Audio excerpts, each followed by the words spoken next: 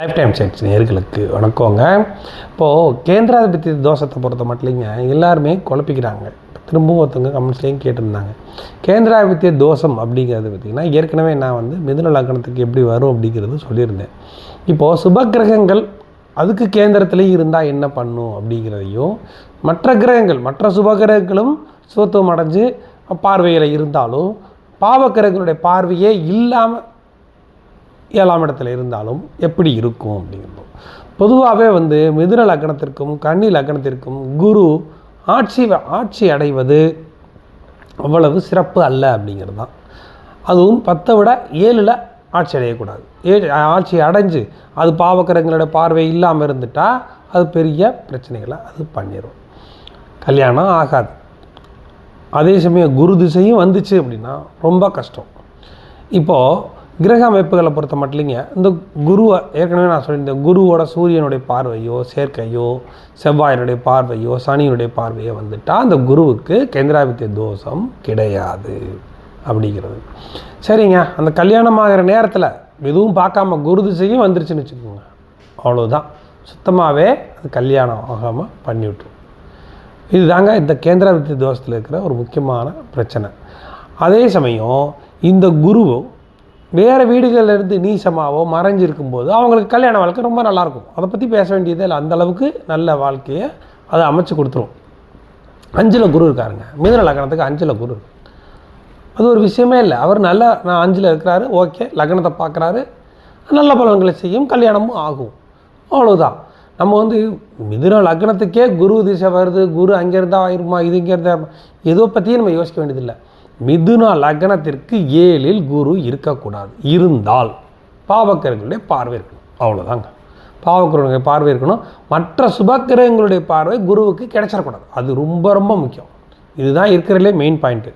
மற்ற சுபக்கிரகங்களுடைய இணைவோ பார்வையோ இந்த குருவுக்கு கிடைச்சிடக்கூடாது. பாவக்கிரகங்களுடைய பார்வை இணைவு மட்டும்தான் அவருக்கு கிடைக்கணும் அப்படிங்கிறது தான். அதே சமயம் இன்னொரு வீட்டில் போய் சுபக்கிரகங்கள் இருந்துடக்கூடாது, அதுவும் ரொம்ப முக்கியம். 7ல் குருங்க, 10ல் சந்திரனுங்க, 10ல் சுக்கிரனுங்க, 10ல் புதன் கூட இருக்கக்கூடாது.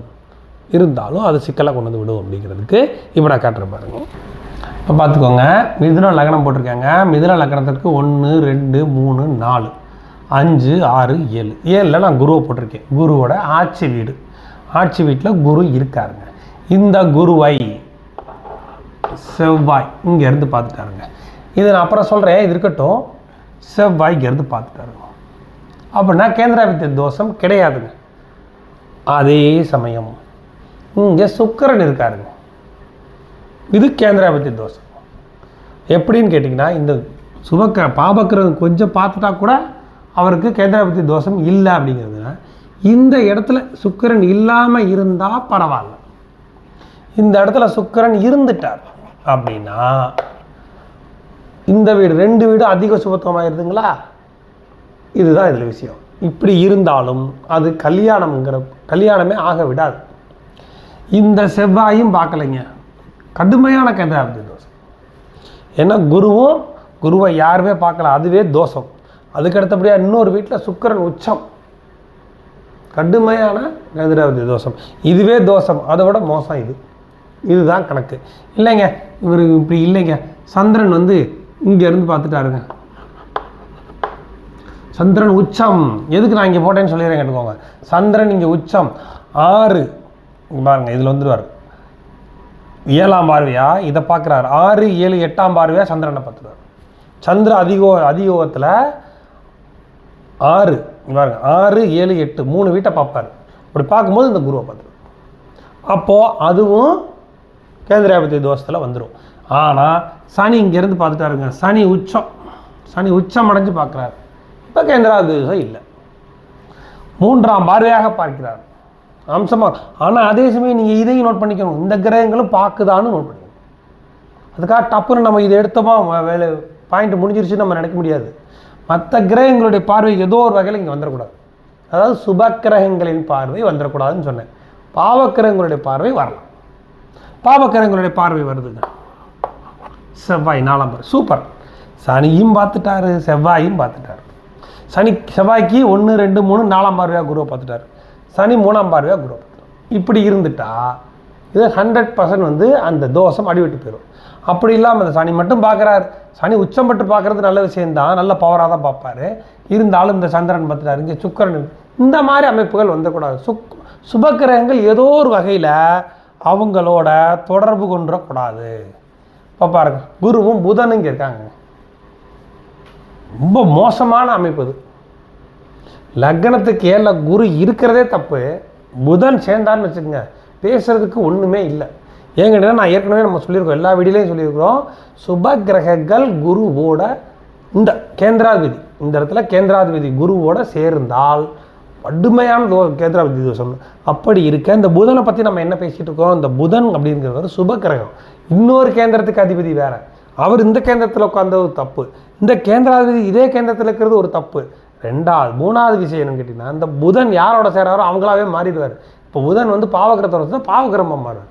புதன் குருவோட சேர்ந்து ஏற்கனவே சுபக்கிரகம், இந்த குருவோட சேரும்போது இன்னும் அதிகமான சுபத்துவம் மாறி இந்த குருவை மொத்தமாக கட்டுறது, அது டீஆக்டிவேட், அவ்வளோதான். அந்த மாதிரி ஆகிடும். அப்படி ஆகும்போது கல்யாணம் ஆகாது அப்படிங்கிறது தான். இப்படி இருக்க சனி இங்கேருந்து பார்க்குறாருங்க, சனி இங்கேருந்து 4ஆம் பார்வை பார்த்தாலுமே அது வேலை செய்யாதுங்க. ஏன்னா சனி இருக்கிறதும் குருவோட வீட்டில். இதை பார்த்துக்கணும். இந்த இடத்துல தான் விஷயமே இருக்குது. இங்கே பார்த்தீங்களா, குருவும் புதனும் ஒன்றா இருக்காங்க, கடுமையாக. இந்த சனி 10ஆம் பார்வையை பார்த்துட்டாருங்க அப்படின்னு நம்ம சொல்கிறோம்.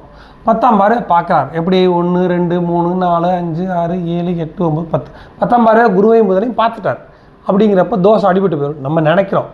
ஆனால் இவங்க 2 பேரும் அதியோகத்தில் எப்படி சொல்கிறது, அதிக சுகத்தில் இருக்காங்க. இவரோட சனியோட பார்வை 10ஆவது. எப்படி 10ஆவது? அவர் இருக்கிறதே சனி குருவோட வீட்டில். இப்படி தான் பார்க்கணும். இங்கே இருக்கிறாருங்க சனி, இதுவும் புதனோட வீட்டில், அவர் இருக்கிறதே புதனோட வீட்டில். பார்த்தீங்களா, கணக்கு வந்துருச்சு. பார்த்தீங்களா, இங்கே இருக்கிறது குருவோட வீட்டில், இங்கே இருக்கிறது புதனோட வீட்டில். இவங்க 2 பேரையும் பார்த்தா அது அந்த அளவுக்கு பெருசாக பவர் வந்து அந்த கேந்திராதிபதி தோஷத்தை குறைக்காது. செவ்வாயும் சேர்ந்து பார்த்துட்டாருன்னா பரவாயில்ல, குறைஞ்சிருச்சுன்னு அர்த்தம். சனியும் 7ஆம் பார்வையாக பார்த்து செவ்வாயும் 4ஆம் பார்வையாக பார்த்துட்டா குறைஞ்சிரும். ஏன்னா செவ்வாய்க்கு புதன் சுத்தமாக ஆகாது. இன்னொரு விஷயம், 4ஆம் பார்வையாக பார்க்குறாரு. 2 பாபக்கிரகங்கள் பார்ப்பது நல்லதுங்கிறக்காக நான் சொல்கிறேன். இப்படி தான் வந்து அமையணும். இப்படி இல்லைங்க, வேறு இடத்துல குரு இருக்கிறாருன்னா அதை பற்றி இங்கே பேச வேண்டியதில்லை. இப்போ இங்கே குரு இருக்கிறாரா, அது கேந்திராதிபதி தோஷம் கிடையாது. முதல்ல அதுவே நிறைய பேர் தெரிய மாட்டேங்குது. இந்த வீட்டில், திருப்பி சொல்லிடுறேன், இந்த வீட்டில் இருக்கிறது மட்டும் தாங்க கேந்திராதிபதி தோஷம். மற்ற வீட்டில் எங்கே இருந்தாலும் அது கேந்திராதிபதி தோஷம் கிடையாது. குரு இங்கே இருக்கிறாருங்க, இதில் லக்னத்து குரு அம்சம் 9ல் குரு வந்து லக்னத்தை பார்க்குறது அப்படி யோகம், கல்யாணமும் நல்லாயிருக்கும். இதில் கேந்திராதிபதி தோஷம்லாம் பேசுகிறதுக்கு ஒன்றுமே கிடையாது. இந்த குருவை யாரும் பார்க்கணுன்னு அவசியம் கிடையாது. இந்த பாயிண்ட் ரொம்ப முக்கியமான பாயிண்ட்டு. ஏன்னா நிறைய பேர் குழம்புறாங்க. இந்த குருவை யார் வேணாலும் பார்க்கலாம், பார்க்காமலும் இருக்கலாம், ஆனால் கல்யாணம் ஆகும். ஏன் கேட்டிங்கன்னா, இவர் 7ல் அதே இடத்துல இருக்கிறது தான் கேந்திராதிபதி தோஷம். இங்கே இருக்கிறது கேந்திராதிபதி தோஷம் கிடையாது. இல்லைங்க, அங்கெல்லாம் கிடையாதுங்க. குரு இங்கே இருக்கிறாருங்க. எல்லோரும் கேட்குறாங்க கேந்திரத்தில் இருக்கிறாரு எங்க. அது கேந்திரம், அதாவது நான் 1 4 7 10 கேந்திரத்தில் தான் இருக்கார். 7ஆம் இடமான இந்த காலப்புருஷ தத்துவப்படி இந்த 7ல் அவர் இல்லை, ஆட்சி வீட்டில் இல்லை, அவ்வளோதான். அதைத்தான் நம்ம பார்க்கணும். வேறு வீட்டில் இருக்கிறது அது கேந்திரம் கிடையாது, கேந்திர வீடு தான், ஆனால் கலஸ்திர தோஷம் கிடையாது. அதை நம்ம புரிஞ்சுக்கணும். இங்கே குரு இருக்காரு, தப்பே கிடையாது. இங்கே குரு இருக்க தப்பு, எங்கே வேணாலும் குரு இருக்கலாம். குரு இங்கே கூட இருக்கலாங்க, தப்பு இல்லைங்க. லக்னத்தில் குரு, தப்பே கிடையாது. கல்யாண வாழ்க்கையெல்லாம் நல்லாயிருக்கும். இங்கே இருக்கிறது மட்டும்தான், இங்கே இருக்கிறதுக்கும் பாவகிரகம் பார்த்துட்டா அவ்வளோதான், குறைஞ்சிடும். இதுதான் நம்ம புரிஞ்சுக்கணும். அதை விட்டுட்டு எல்லாரும் போட்டு ரொம்ப குழப்புறாங்க. குரு அங்கே இருக்கிறாருங்க, புதன் எனக்கு இங்கே இருக்கிறாருங்க. அப்புறம் இன்னொன்று விஷயம் சொல்கிறேன் பார்த்துக்கோங்க. இதில் வந்து இன்னொரு ஒரு சின்ன ஒரு குழப்பம் வரும். அது என்னங்கிறது நான் இப்போ சொல்லிடுறேன், கேட்டுக்கோங்க. வரேங்க, இதில் ஒன்று சொல்கிறேன் பாருங்க. இப்போ வந்து லக்னங்க, செவ்வாய் இங்கேங்க, குரு இங்கேங்க, இப்படி இருக்குது. இதுக்கு என்ன பண்ணலாம்னா, லக்னத்துக்கு 7ல் செவ்வாய், 11ல் குரு, 2 பேரும் பரிவர்த்தனை அடைஞ்சிருக்காங்க. பரிவர்த்தனை அடையும் போது குரு 7ஆம் வீட்டுக்கு வந்துடுறாருன்னு கணக்கு, அவ்வளோதான். வரலை, அவர் அங்கே தான் இருக்கிறார். ஆனால் செவ்வாய் இங்கே இருக்கிறார். இப்போது இது கேந்திராதிபதி தோஷமாம்னா இது கேந்திராதிபதி தோஷம் கிடையாது, இது வேறு மாதிரி. எப்படி அப்படின்னு கேட்டிங்கன்னா, இந்த லக்னத்திற்கு 7ல் செவ்வாய் இருப்பது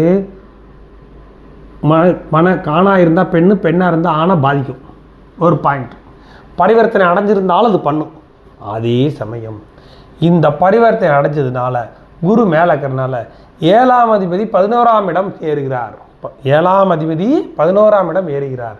அப்போது 11ஆம் இடம் ஏறும்போது வலுவடைகிறார். 7ஆம் அதிபதி மறுவடைஞ்சு 11ஆம் அதிபதி ஏறும்போது 2 திருமணங்களை கொண்டு வந்துடும். இதுதான் இதில் இருக்க பிரச்சனை. இந்த சந்திரன் மட்டும் நல்லா இருந்துட்டாருன்னா அந்த 2வது திருமணம் குடும்பம் நல்லா இருக்கும். இதுதான் வித்தியாசம். அதாவது பரிவர்த்தனை அடைஞ்சிருக்கு, இங்கே குரு இல்லை, செவ்வாய் தான் இருக்கிறாரு.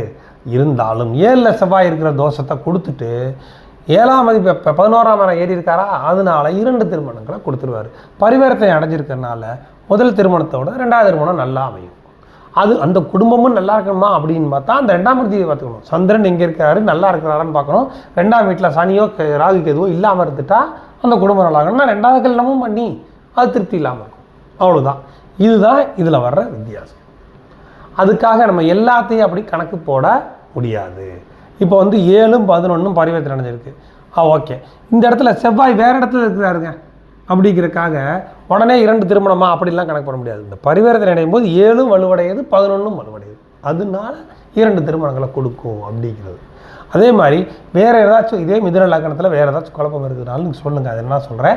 ஆனால் இதை போட்டு குழப்பிக்க வேணாம். திருப்பியும் சொல்லிடுறேன், மிதுன லக்னத்திற்கு 7ல் குரு இருப்பது மட்டுமே கேந்திராதிபதி தோஷம். அதுவும் பாவக்கிரகங்கள் பார்த்தால் அவ்வளவு இல்லை. அதே பாவக்கிரகங்கள் பார்த்தாலும் இந்த வீட்டில் சுபக்கிரகங்கள் இருந்து விடக்கூடாது.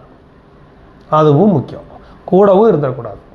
அதையும் நம்ம பார்த்துக்கணும். Okay, thanks.